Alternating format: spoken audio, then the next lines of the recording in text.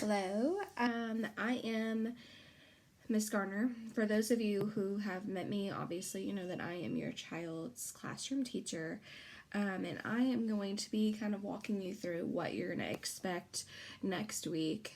And I think it's really important for you to be thinking about all of the different elements of online learning and how I am going to be your partner in this because it's important for you to know that I'm not just creating things and you're in charge of facilitating. My job is still to be the teacher and I'm your partner in this. So I want to make that very clear. Let's just start with an introduction of what non-traditional instruction is. Non-traditional instruction was originally put in place in order for schools to continue having school and education during snow days or like long outages. If you remember, there was a windstorm, I think like in 2007, and we were out of school for like a week. So NTI was originally created for teachers to have that kind of instruction during a short break. But obviously with the pandemic that we have going on, it's really important for us to stay safe and healthy and to social distance as long as we can to make sure that things do not escalate.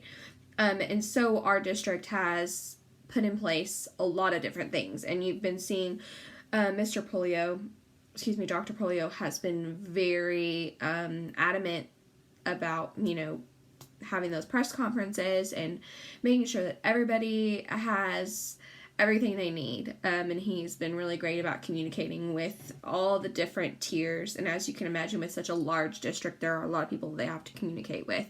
And so usually Miss Grace gives us the information right off the bat. We've been having staff meetings as much as possible so that way everybody knows what's going on. And we've actually really been working on building this NTI structure as quickly as possible. And so we are starting April 7th. So I'm excited. That is next Tuesday.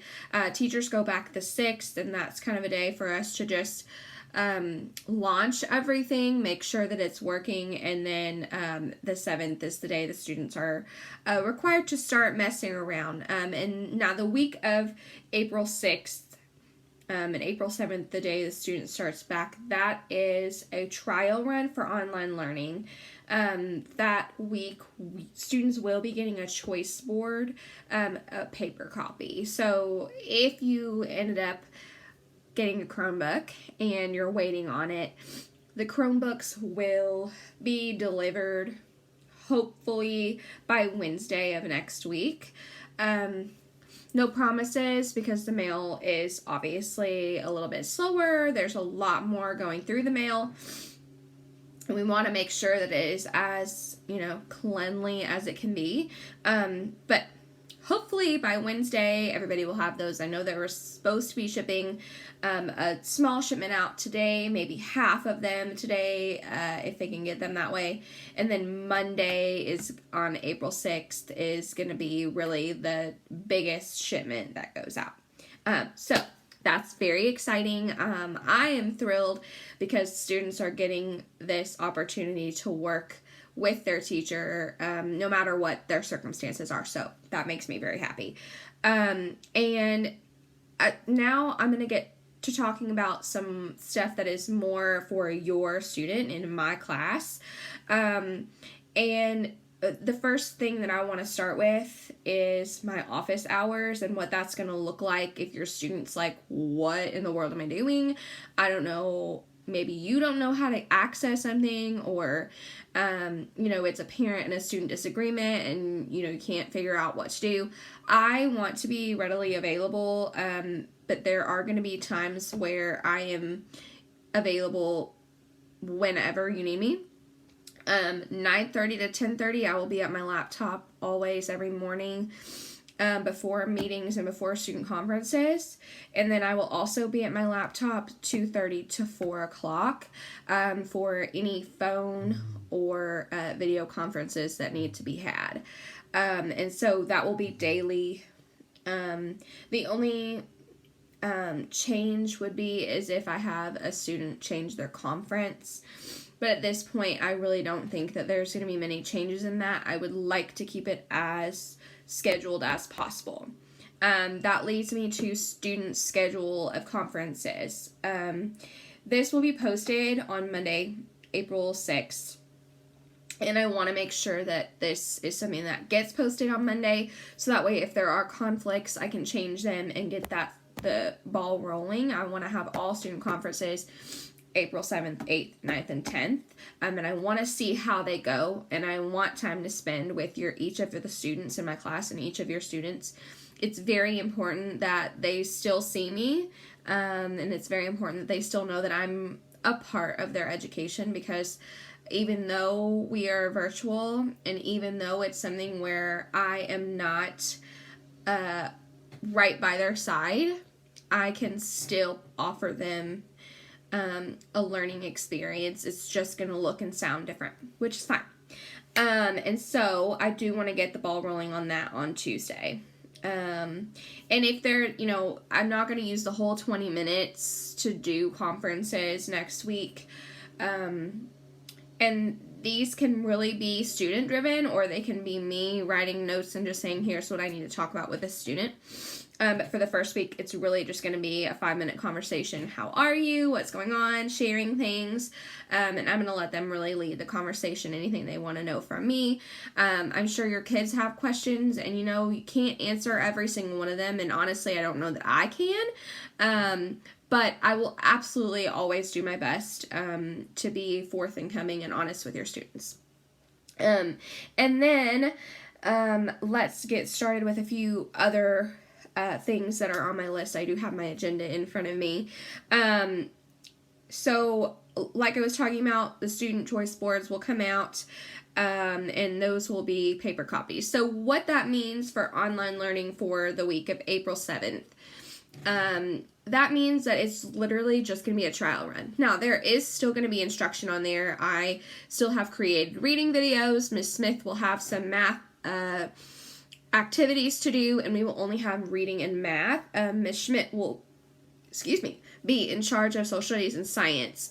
Now, that does not mean that I cannot answer math questions or that I cannot answer social studies and science questions. It's just that online learning is a lot more to develop. So each one of us has compartmentalized into creating those different subjects. But again, that does not mean I cannot answer those questions for each of those different assignments, because we are working together as a team. And that's another part of the reason why I have to have a student schedule, is because I am meeting with my entire staff of Hazelwood, and then I'm also meeting with my team, and then a collaborative, there's like 10 of us that work together to get the first grade ball rolling. So that is why I have to have a very firm set schedule for student conferences. And then the week of April 13th, the ball will be rolling on full online education, and that is very exciting. We have already started creating a lot of things, and there's going to be a lot of opportunities for you as parents to be making sure that your student is staying focused. We will have different things on our website that create a scheduled routine for your student every day, so that way they're not just hopping on and doing whatever they need to. All assignments will be linked to a specific online learning tab. And in that slideshow, they'll be able to literally access their directions for reading, math, or social studies or science. And they will also be able to access all assignments for the week. Your student is not required to spend more than 30 to 45 minutes on reading, and then 30 to 45 minutes for math. It should be 30 minutes, maybe less, for social studies and science. And social studies and science is combined, so every now and then we'll do more social studies, every now and then we'll do more science, and that is just so that students are not on the computer all day long. It's really important for us to have that accessibility outside of the screen. And I know that there's going to be times where kids get really impatient. First graders, 6, 7-year-olds are not going to be able to sit in front of a screen for a long time, and it's not good for me either. So do know that we are being mindful about how much instruction needs to be had. And we're not trying to create assignments that are outside of that time limit, because we really want to make sure that the students are, learning and growing, but also getting to be a kid. And it's really important for that to happen. And then what does that look like? Assignments are really going to be easy to access. Like I said, they are really quick, easy forms. They're multiple choice, or they're typing in there what their answer is, and you will see that in the reading assignments, I have created videos that reads the instructions to them aloud. So if your kid says, I don't know what to do, they can just click my video. I will read them the assignment out loud, give an example, and also I will have a little mini lesson in there as well, teaching them something about what we are learning. And so that really should minimize the amount of questions that you are getting. Now there might be something that they need to have answered that I did not answer in the video, and that would be a part where you try to answer the question, and if not, they can always try to communicate with me. I have several ways for students to communicate with me on the website. And then how long are they expected to work online? Total, it's going to be about 2.5 hours, because we want to make sure that students are accessing reading and math. Those two subjects are the most important. We need to make sure students are reading, and we need to make sure that students are hearing books read to them and understanding concepts that match reading. We need to make sure that students are accessing math topics, especially addition and subtraction in the first grade.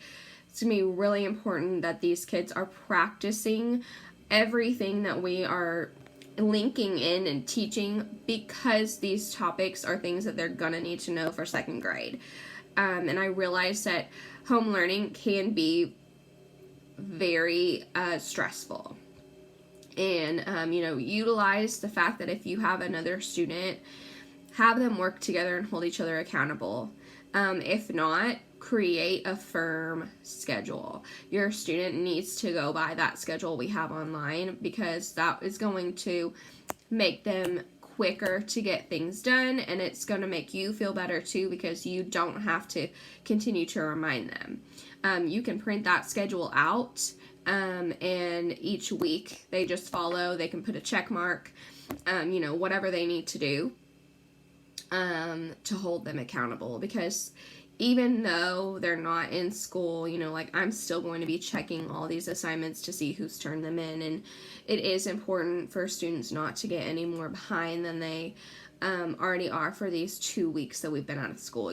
Every kid is behind now in the whole county because we've been out of school for 2 weeks. So it is very important that we are making sure that these kids are getting some form of instruction, even if it is not the whole 7 hours that it usually is. And I want to make it very clear that teachers are, not having a vacation right now. We've been working all of these weeks that we've been out to come up with how are we going to teach these kids online, and really being proactive and trying to say, what's going to benefit our kids. And in first grade, I think we've really come up with a great system to, get kids reading, get kids doing math, and I think that we've really got a great website that parents, you all are going to be able to easily access and easily understand.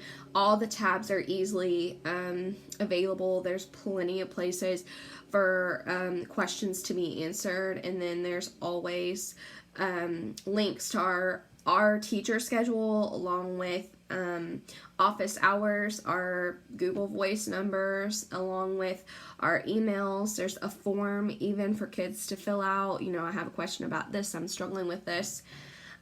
We want this to be a good experience, and I do understand it can be a little intimidating, especially with not knowing what online instruction looks like. It has definitely been challenging. And I know that parents are struggling to figure out, what do I do with my student? And we really want to take that away, and we want to have those lessons and that instruction and the kids actually doing tasks that are going to benefit them for second grade. And I think that really wraps up everything that I wanted to say. I got through everything, on my agenda, and I think that, we're really just going to have to be teammates. And if at any point you need anything from me, I want you to, ask me. And I want you to be forthcoming and say, this doesn't make sense. I need you to give me some more information. And I really want to be readily available. So one more time, I will say my office hours are from 9:30 a.m. to 10:30 a.m. and 2:30 p.m. to 4 p.m. And those office hours will be consistent, and I will have them every day, Monday through Friday, unless something circumstantial, unless something changes. But other than that, those are very important points that I just wanted to bring forward to your attention. And I will try to create some form of a video for parents to see how to access our website and what the different tabs are, and what your student is going to be looking at, because that is the next most important thing. So I hope that everybody is staying safe and healthy, and I hope you have a great rest of your day. Thank you so much for watching, and again, if you have any questions, please let me know.